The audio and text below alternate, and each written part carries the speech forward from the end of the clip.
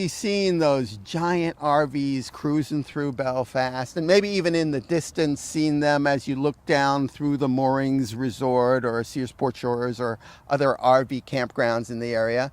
But I'm probably like you in that I sort of wondered what is actually in those RVs, what they're like. Could I possibly live in an RV? So fortunately, I have a couple friends who are in town and have one of those fabulous RVs, Dave Kuklinski and Angie Kuklinski. Hi, I'm Ned Leitner, and welcome to Somewhere in Waldo County. So Dave and Angie, tell me a little bit about how you got into the RV lifestyle in the first place. Yeah, that's a great question. You know, we love the outdoors, very outdoorsy, and we started with 2-man backpacking tents and upgraded to pop-ups and small RVs. And you know, the older you get, the more comfort you want. So we ended up with a larger RV that we love it. It's amazing, a lot of fun, and super comfortable.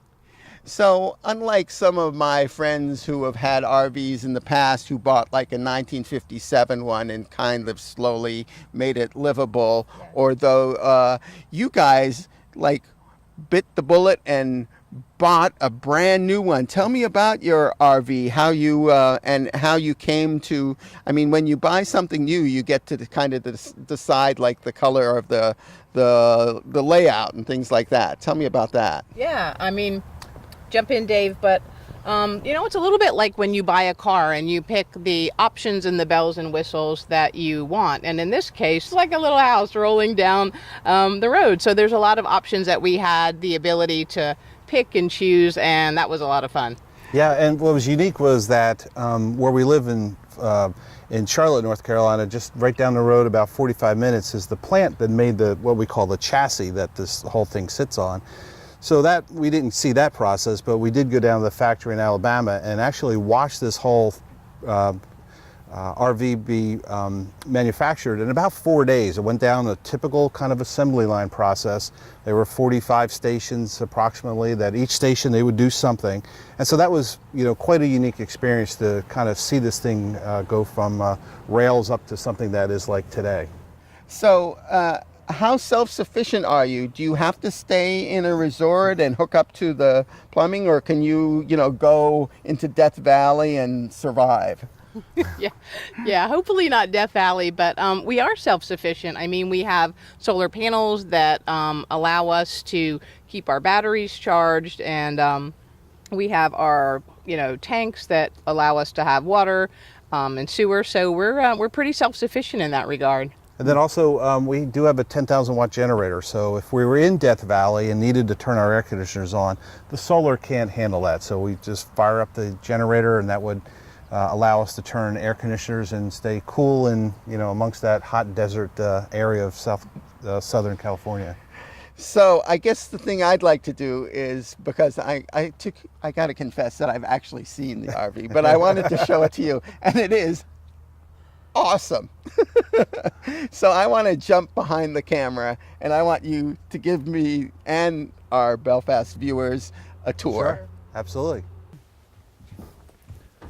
All right, so as we come in, we've obviously you're going to see that the unit is wide, and this particular RV has 4 expansion rooms. Typically when we go down the road, this is much narrower, but anyway, it does give us a lot of comfort when we get on site to expand this. The up front here is where we drive, and this chair typically will swing around for the passenger. But it's like driving a car, and this particular unit has air ride suspension, so it's an easy unit to drive, although it is long, so you have to watch making turns and things like that, but very similar type operation to driving a vehicle. But as we move into more of the living space, one of the things that we chose was kind of this dinette booth. There's other options in RVs to use just tables and chairs, but this allows us, as you can see, to not only eat at, but also use for our laptops and things like that.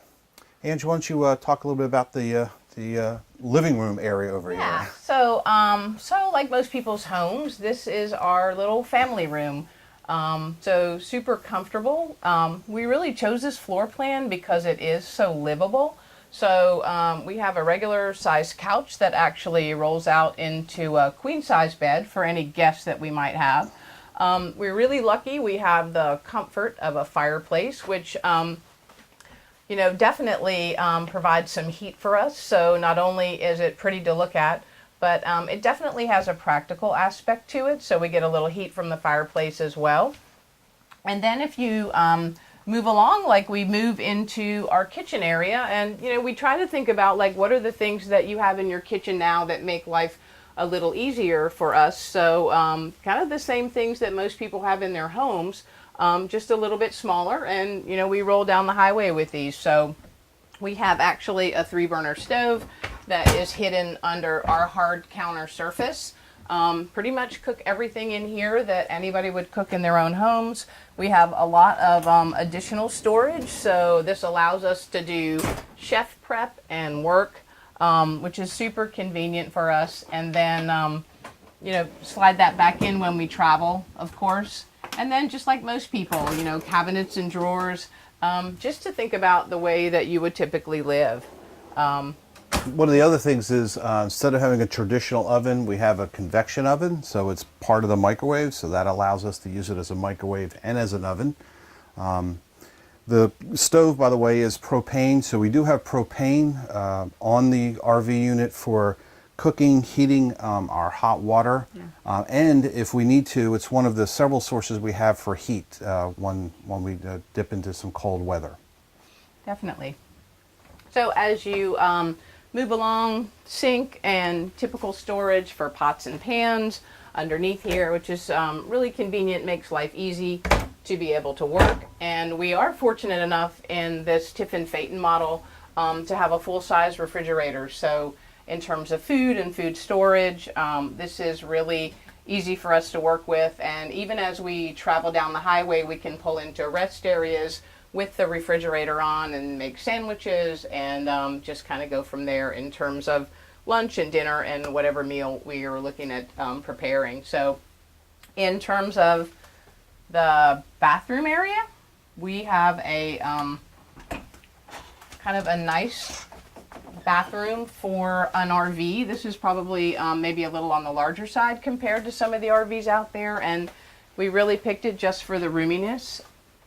We have a full-size shower, we have 2 sinks in the bathroom, and then just a traditional toilet, but it gives us plenty of room to be able to, when we're camping and we're on vacation like we are here in Maine, which has been terrific, we have plenty of space in the bathroom.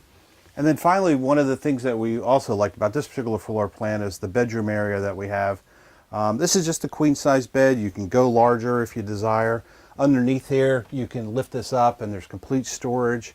So we like the extra storage. We have 4 televisions inside the RV, or excuse me, 3 inside the RV and 1 on the outside of the RV, but all our electronics for that are here. We have satellites, we can watch DirecTV. We have internet via Wi-Fi, as well as the ability to boost in cellular signals if we're in a remote location. And then finally, one of the cool things is this area back here. Obviously, this is all our clothes storage, but we do have a washer and dryer, so we're pretty self-sufficient. We can either use the campground's washer or dryer, or if we don't have that ability, we can keep up with our laundry. We do a lot of outdoor activity. We're avid whitewater kayakers, so we're coming back with wet, stinky gear that needs to be washed all the time and dried.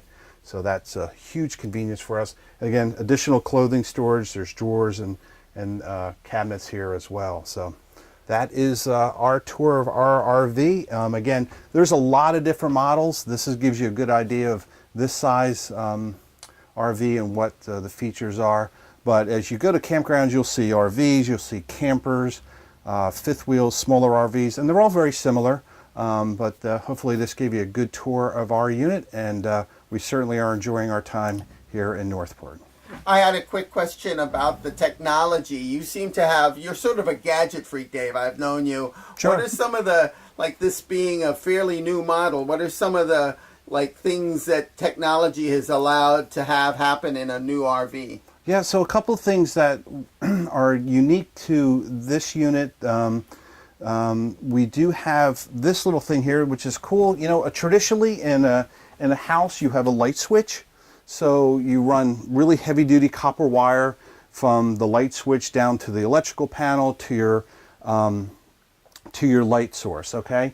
That in a vehicle, because we are conscious of weight, because there's restrictions on weight on these vehicles, and of course the lighter, you won't have as much stress on your tires and things. This particular unit, these little panels, these little switches are connected via just a Cat5 cable. It's like a computer cable back to a central switch that turns our lights on and off. That saves 2,200 pounds in this overall vehicle by incorporating this technology, because we use all LED lighting in here. So again, low voltage, the heat that the lights generate are very minimal, and the LED bulbs last a long time. So that's a good example of some of the technology. Our floor tiles also, we have radiant heat in here. That it's an electric coil that goes through here. So again, we don't have to turn on our propane furnace if we don't want to. We can turn on the electric heated floors and they'll heat up and keep us nice and warm, especially on a cold morning. Yeah. And then again, as I mentioned, we have a Wi-Fi booster. So if we get to a place where the Wi-Fi signal is tough to receive, it'll grab that Wi-Fi signal, boost it, and then amplify it really strongly within inside our RV. It allows us to use the internet and things. And the same thing with the cellular booster. If we're in a remote area where, very typically, if we're in a national forest or something, it's tough to grab a cellular signal because we may be in a very mountainous range. This actually does pick up the weakest of cellular signals and amplifies it, so it allows us to have a usable way of communicating. Wow. So I would just like to say that, you say not all the comforts of home, but in my case, many more comforts than my home. That's so true, right? I mean, I think that's one of the questions that we got a lot is, why would you want an RV, with, going down the highway and taking this thing on vacation. And I think what we really love about RV vacationing is that you have the ability to go on adventures. You can travel to places like Maine and really discover these amazing locations with so many things to do, but you bring the comforts of your own home and the familiarity of your own home with you. So adventure on the one hand and bringing your home along with you is a great combination for us in terms of just being able to see places like Maine and so many other places that we have a desire to get out and see on vacation. So we love it. Think there's so many other people that would love it as well, and they can just get out there and kind of explore RVs and vacationing for themselves. All right. Well, thank you so much, you guys. It's really a treat to see your home. Thanks. Thanks. We love it.